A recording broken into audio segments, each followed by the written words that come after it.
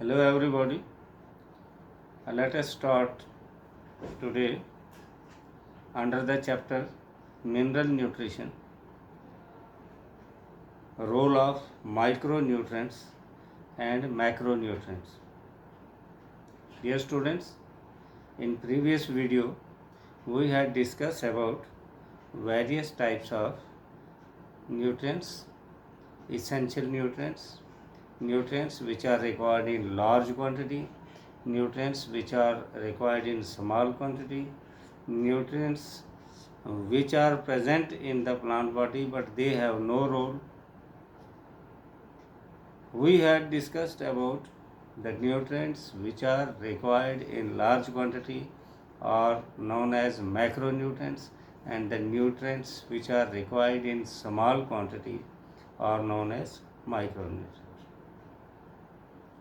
हमने ऑलरेडी बात की थी कि जस्ट लाइक ह्यूमन बीइंग और any other animal, plants too require essential chemicals for their growth and development, and we had discussed that such chemicals are known as nutrients.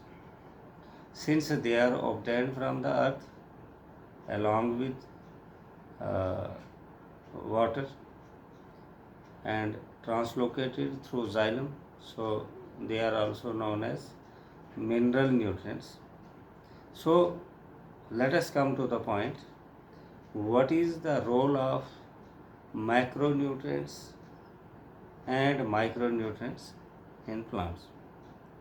We had already discussed that there are certain nutrients which are required in large quantity, and they have very specific and all-round importance in the growth and development of the plant.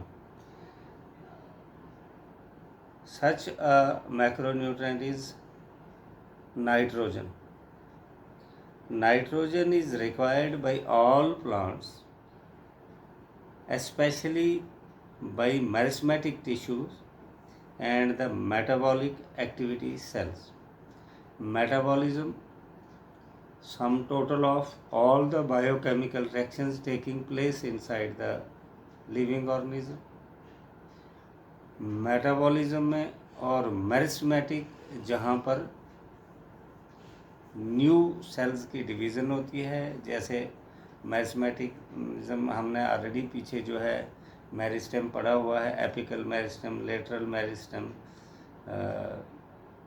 ये already जो है intercalary meristem, इनके बारे में बताया है. तो meristematic tissues में और मेटाबॉलिक एक्टिव सेल्स में नाइट्रोजन का बहुत इम्पोर्टेंट रोल होता है. Also, nitrogen is one of the major component of proteins, nucleic acids, vitamins and hormones. Then next macronutrient comes phosphorus. It is the constituents of cell membrane, means it helps in the constitution or in the formation of cell membrane. Certain proteins, nucleic acids, nucleotides. Also it is required for cell phosphorylation reaction. Then comes potassium. Potassium is abundantly required in the meristematic tissues. Bud leaves and root tips. कहाँ कहाँ चाहिए? Meristematic tissues में चाहिए, root tips में चाहिए, और बड जो छोटे छोटे पॉइंट्स से होते हैं जहाँ से एक ब्रांच निकलती है या लीव निकलता है, उसको बड कहेंगे. वहाँ पे इनकी रिक्वायरमेंट बहुत ज़्यादा होती है. It is also required to maintain anion cation balance in the cell. Anion carry positive charge, cation carry negative charge, and there must be a balance in the cell.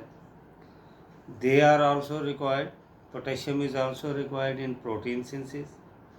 Opening and closing of stomata we have already discussed. Activation of enzymes and in the maintenance of turgidity of the cells. Anion cation को balance करने में potassium चाहिए, stomata को close करना है, बंद करना है, उसमें चाहिए, एंजाइम्स को एक्टिवेट करना है, उसमें इनकी ज़रूरत है, और सेल्स की टर्जिडिटी को मेंटेन करने के लिए भी फास्फोरस पोटेशियम की इम्पोर्टेंस है. Then next macronutrients is calcium. It is required in meristematic tissues and differentiating tissues. It is also required in the synthesis of cell wall. अब कैल्शियम जो है कहाँ ज़रूरत है? मैस्मेटिक टिश्यूज़ में, सेल वॉल फॉर्मेशन में, माइटोटिक स्पिंडल में, कुछ एंजाइम्स को एक्टिवेट करने के लिए और मेटाबॉलिक एक्टिविटीज़ को रेगुलेट करने में कैल्शियम की रिक्वायरमेंट होती है. Then comes magnesium. Magnesium activates enzymes of respiration. वो एंजाइम जो रेस्पिरेशन में हेल्प करती है उनको एक्टिवेट करना. Photosynthesis, synthesis of DNA and RNA में भी इनका बहुत मैग्नीशियम का रोल होता है. It is also constituent of ring structure of chlorophyll. अगर क्लोरोफिल की केमिकल स्ट्रक्चर आप देखेंगे तो बेंजीन रिंग की तरह ये रिंग स्ट्रक्चर को बनाने में इसका रोल होता है. और राइबोसोम की जो स्ट्रक्चर है उसको मेंटेन करने में भी इसका रोल है. Then comes sulphur. It is present in 2 amino acids, cysteine and methionine, and is main constituents of several coenzymes, vitamins and ferredoxin. Sulphur जो है अमाइनो एसिड्स में पाया जाता है, सिस्टीन और मिथ्योनिन, और बहुत सी कोएंजाइम्स का ये कंस्टिट्यूएंट्स होता है, विटामिन और ferredoxin. Iron. It is an important constituent of protein involved in the transfer of electrons like ferredoxin and cytochromes. It activates catalase enzyme and is essential for the formation of chlorophyll. Chlorophyll की बनने में, enzymes को catalyse करने में और transfer of electrons like ferredoxin और cytochromes में iron का बहुत इम्पोर्टेंट रोल है. अब इनमें से मल्टीपल चॉइस क्वेश्चंस बहुत से पूछे जा सकते हैं और आजकल एक्सपर्ट्स जो है इसी बेस पे क्वेश्चन बनाते हैं. जैसे आपको क्वेश्चन पूछा जा सकता है कि which of the following macronutrient is constituent of chlorophyll, और which of the following nutrient is essential for the formation of chlorophyll. Then manganese. It activates many enzymes involved in photosynthesis. बहुत से enzyme जो photosynthesis में help करती हैं उनको activate करते हैं, रेस्पिरेशन में, नाइट्रोजन मेटाबॉलिज्म में, और साथ में ये वाटर को फोटोसिंथेसिस के दौरान वाटर को स्प्लिट करती है, ब्रेक करती है, जिससे ऑक्सीजन रिलीज होती है. तो ऑक्सीजन रिलीजिंग एलिमेंट कौन सा है, न्यूट्रिएंट कौन सा है, ये भी पूछा जा सकता है. That is manganese. Then comes zinc. It activates many enzymes especially carboxylase. It is also needed in the synthesis of auxins. आगे जाके हम पढ़ेंगे प्लांट हार्मोन्स. ऑक्सिन्स हैं उनमें जो है इनका रोल है.